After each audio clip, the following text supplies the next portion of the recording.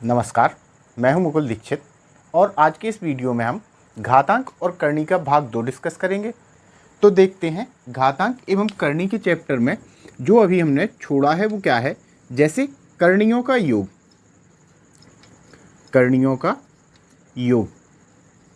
योग करना सीखेंगे तो यहाँ पे आपको एक रूल याद रखना है। ये क्या है कि करणियों में जो घात होगी वो समान होनी चाहिए और इसके साथ ही आधार भी समान होना चाहिए। आपका क्या होना चाहिए? घात समान होनी चाहिए और आधार समान होना चाहिए, तभी वो जोड़े या घटाए जा सकते हैं। कैसे? जैसे हम लिखें √5 + 3 √5, तो यहाँ पे देखेंगे हम क्या है, ये √5 है, घात कितनी है? रूट है यानी 1/2 है, और यहाँ पे क्या है 3 √5 है, तो आधार क्या है 5 है, दोनों जगह आधार 5 है, आधार बराबर है, घात क्या है 1/2 और यहाँ पे क्या है 1/2। तो जो करनी होती हैं वो व्यवहार करती हैं कैसे? चर पदों के जैसे, चर पदों के जैसे। जैसे हम जोड़ें x + 3x तो ये क्या होगा 4x। ऐसे ही अगर हम जोड़ें √5 + 3 √5 तो ये होगा कितना 4√5, 4√5। ऐसे ही इनको घटाया जा सकता है। अब इनके गुणा और भाग पे बात कर लेते हैं। तो करणियों का गुणा और भाग कब होता है? केवल एक कंडीशन में, जब उनकी घात समान हो। क्या हो? जब घात समान हो। तो गुणा की बात कर लेते हैं, जब उनकी घात समान हो। कैसे? जैसे हम लिखें √2 गुणा √3 गुणा √5 और हमें करना है इसका गुणा। तो देखेंगे घात 1/2 है, 1/2 है और 1/2 है, यानी तीनों का गुणा हो जाएगा। 3 दूनी 6 और 6 5 30, तो इसका आंसर होगा √30। ठीक है, यहाँ पे क्या होगा √30। अब कुछ क्वेश्चंस देख लेते हैं जो कि करणियों के गुणा भाग और जोड़ घटाव पर आधारित होंगे। तो देखते हैं कुछ क्वेश्चंस देखते हैं। जैसे पहला क्वेश्चन है, क्वेश्चन नंबर 1 है, हमें वैल्यू फाइंड करनी है √24 + √96 अपॉन √216। तो हमें वैल्यू फाइंड करनी है √24 + √96 और बटे √216, इसकी हमें वैल्यू फाइंड करनी है। तो √24 को देखेंगे, √24 को हम क्या लिख सकते हैं 4 × 6, 24 को लिख सकते हैं हम 4 × 6। 4 एक परफेक्ट स्क्वायर है, तो 4 से बाहर आएगा 2, यानी इसको लिख सकते हैं हम 2√6। ऐसे ही 96 की बात करेंगे तो 16 × 6 और 16 एक पूर्ण वर्ग संख्या है, तो बाहर आएगा 4, यानी हम इसको लिख सकते हैं 4√6 बटा 216, यानी 36 × 6 और 36 पूर्ण वर्ग संख्या है, तो बाहर आएगा 6, यानी इसको लिख सकते हैं हम क्या 6√6। अब यहाँ पे इन दोनों का जोड़ होगा, तो ये ऐड करेंगे, क्या होगा यहाँ पे अगर इन दोनों को जोड़ा जाए तो क्या होगा 2 + 4 यानी 6√6 और अपॉन 6√6। √6 से √6 कैंसिल होगा और 6 से 6 कैंसिल होगा, वैल्यू आएगी 1, वैल्यू आएगी 1। नेक्स्ट क्वेश्चन देखते हैं। ऐसे ही नेक्स्ट क्वेश्चन देखते हैं।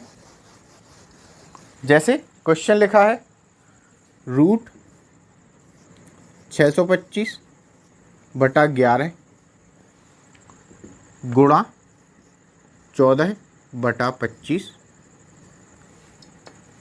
रूट में है गुणे 11 बटे √196 हमें इसकी वैल्यू फाइंड करनी है। तो √625 ये होता है 25 का वर्गमूल बटा 11 गुणा 14, ऐसे ही लिखा रहेगा, और ये होगा 5 का वर्गमूल गुणा 11 बटे 196 यानी 14 का वर्गमूल। यहाँ पे देखेंगे तो 11 से 11 कैंसिल होगा, 14 से 14 कैंसिल होगा और 5 से ये 25 होगा, 5 बार कैंसिल, आंसर आएगा आपका कितना 5, आंसर आएगा 5। तो ये हो गए करणियों के जोड़ घटाव तथा गुणा भाग पर आधारित कुछ प्रश्न।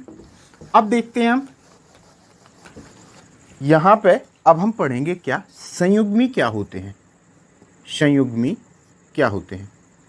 तो किसी भी नंबर का यहाँ पे अगर देखें, कोई नंबर हम ऐसा लिखें 1/2 + √3, 1/2 + √3, और फिर इसको हम बोलें आगे सॉल्व करने के लिए, बोला जाए तो ये नंबर जो है अपरमेय है।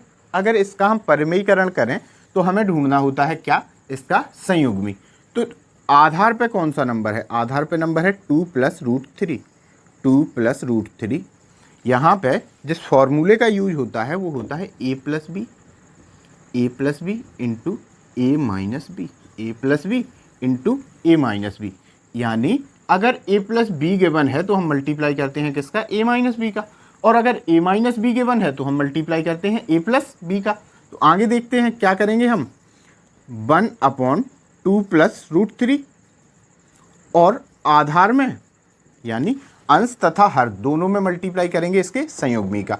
तो ये है a प्लस बी यानी a माइनस बी यानी 2 माइनस रूट 3 का ऊपर मल्टीप्लाई और 2 माइनस रूट 3 का नीचे मल्टीप्लाई करेंगे। अब देखेंगे ये हुआ a plus B into A minus B जो कि होता है क्या, A square minus B square, A square minus B square. तो ये होगा 1 में मल्टीप्लाई होगा यानी 2 माइनस रूट 3, 1 में गुणा हुआ।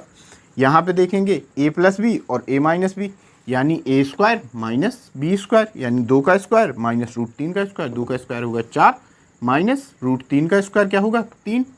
तो इसकी वैल्यू कितनी आएगी हमारी, 2 माइनस रूट 3 बटा 1 यानी 2 माइनस रूट 3।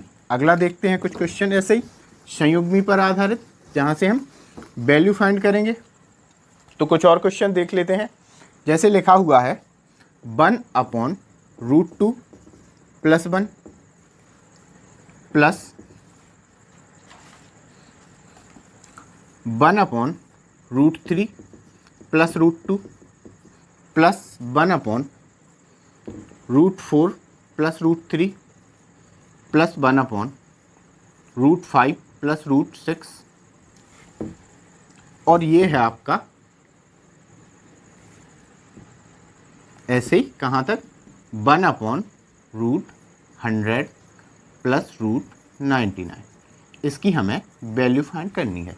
तो ये सीरीज है, यहाँ पे लिखा क्या है 1/√2 प्लस 1, ठीक है, इसको हम रूट 1 भी लिख सकते हैं। आगे देखेंगे 1/√3 प्लस 2, आगे है 1/√4 प्लस रूट 3, 1/√5 प्लस रूट 6, ऐसे ये कहाँ तक है 1/100 प्लस रूट 99।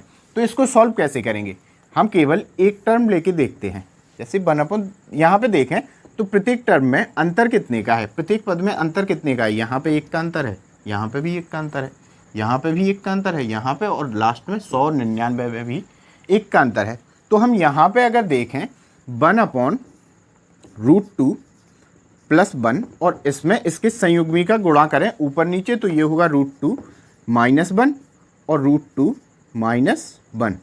तो ऊपर तो ऐसे ही आएगा √2 माइनस 1 और नीचे अगर देखा जाए तो √2 का स्क्वायर यानी 2 माइनस 1 का स्क्वायर यानी 1। तो ये कितना होगा √2 माइनस 1, √2 माइनस 1। अगला टर्म देख लिया जाए अगर ऐसे ही तो यहाँ पे संयुग्मी का गुणा करने पर क्या होगा √3 प्लस √2 और संयुग्मी का गुणा करेंगे यानी √3 माइनस √2, √3 माइनस √2 दोनों जगह गुणा किया हमने संयुग्मी का। तो ऊपर क्या होगा 1 में मल्टीप्लाई यानी √3 माइनस √2 होगा और नीचे देखेंगे तो √3 का स्क्वायर यानी 3 माइनस √2 का स्क्वायर यानी 2, फिर से ये कितना आया √3 माइनस √2। तो अगर इस सीरीज को हम देखें संयुग्मी के गुणा करते चलें तो ये सीरीज क्या बनेगी √2 माइनस 1, ठीक है, आगे बनेगी क्या प्लस √3 माइनस √2 प्लस आगे बनेगी √4 माइनस √3 प्लस √5 माइनस √5 माइनस √4, ऐसे ही आगे जाएगी ये कितनी होगी √100 माइनस √99। अगर देखें तो देखो √2 प्लस में है, √2 माइनस में, √3 प्लस में, √3 माइनस में, √4 प्लस में, √4 माइनस में, ऐसे √5 और √99 तक ये सारे कैंसिल हो जाएंगे। अब बचता क्या है, शुरुआत में बचता है -1 और लास्ट में बचता है √100। तो √100 को हम क्या लिख सकते हैं प्लस 10। अब 10 में से 1 गया, बचा क्या 9। तो इस सीरीज का आंसर क्या आया 9। तो ये हुए करणियों की तुलना देखेंगे तो इसमें देखेंगे कुछ करणियाँ लिखी होंगी जिसमें हमें बड़ी संख्या या फिर छोटी संख्या या फिर उनको अवरोही या आरोही क्रम में लिखना होगा। तो देखते हैं, सबसे पहला क्वेश्चन है √3 क्यूब √5 4th √8। इनमें हमें बड़ी संख्या ज्ञात करनी है तो बिल्कुल नॉर्मल हम लिखेंगे √3 को क्या लिख सकते हैं 3 की घात 1/2। ऐसे ही हम क्यूब रूट 5 को क्या लिख सकते हैं हम 5 की घात 1/3। ऐसे ही हम फोर्थ रूट 8 को क्या लिख सकते हैं 8 की घात 1/4। 8 की घात 1/4। अब यहाँ पे करना क्या है, जो 2, 3 और 4 हैं इन सबको करना होता है क्या बराबर। तो सबको क्या कर सकते हैं हम 12 बना सकते हैं। यहाँ पे 6 का गुणा और यहाँ पे 6 की घात लगाएंगे। ऐसे ही यहाँ पे 4 का गुणा और यहाँ पे 4 की घात लगाएंगे। ऐसे ही यहाँ पे 3 का गुणा और यहाँ पे 3 की घात लगाएंगे। अब 3 की घात 6, 3 की घात 6 की वैल्यू क्या होगी 3 की घात 3 यानी 27, फिर 3 की घात 3 यानी 27, ये होगी कितनी 729। और 729 की घात कितना 1/12। ऐसे ही 5 की घात 4 यानी 625, 625 की घात कितना होगा 1/12। और ऐसी 8 की घात 3 यानी 512 और इसकी घात कितनी होगी 1/12। अब यहाँ पे हमें चाहिए संख्या कौन सी सबसे बड़ी संख्या। तो सबसे बड़ी संख्या कौन सी है 729 और ये कहाँ से आई, ये आई हमारी √3 से। तो ये √3 होगी सबसे बड़ी संख्या। अब अगले पार्ट में हम देखेंगे क्या छोटी संख्या निकालना। तो ऐसे ही करेंगे बिल्कुल सेम कंडीशन। यानी ये लिखा है 4 का घनमूल लेना है तो 4 की घात 1/3 लिखेंगे। और क्या है 6 का चतुर्थ मूल लेना है यानी 6 की घात 1/4 लिखेंगे। और क्या है 15 का षष्टम मूल यानी 15 की घात 1/6 लिखेंगे। और क्या है 245 की घात 1/12, 245 की घात 1/12। अब देखें इन सबको बराबर करना है 3, 4, 6 और 12 सबको बना सकते हैं 12। यानी यहाँ पे 4 का गुणा और यहाँ पे 4 की घात। ऐसे यहाँ पे 3 का गुणा और यहाँ पे 3 की घात। ऐसे यहाँ पे 2 का गुणा और यहाँ पे 2 की घात। ऐसे यहाँ पे 1 का गुणा 1 की घात, कोई फ़र्क नहीं पड़ने वाला। तो इसको लिख सकते हैं हम 4 की घात 4 यानी कितना होगा 256 की घात 1/12। 6 की घात 3 यानी 216 की घात 1/12। 15 की घात 2 यानी 225 की घात 1/12। और लास्ट में बचता है 245 की घात 1/12। अब यहाँ पे देखो सबकी घात हो गई क्या बराबर, तो इनकी तुलना आसानी से कर सकते हैं। हमें सबसे छोटी संख्या चाहिए तो वो क्या होगी 216। और कहाँ से आई ये आई हमारी चतुर्थ मूल लेना है 6 का, तो ये सबसे छोटी संख्या होगी।